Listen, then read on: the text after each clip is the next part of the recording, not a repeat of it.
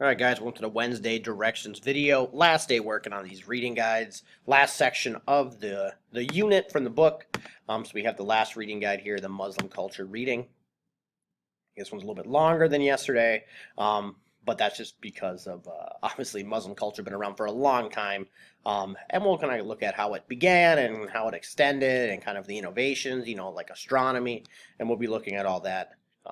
This is more the innovations and the culture and the art and different things like that. So kind of more of the actual, what does everyone kind of look or what they do or kind of for fun. You got to get to kind of zoom in a little bit and see it more at a personal level compared to like a big empire perspective. We're kind of narrowing our focus on what it looked like for the general person.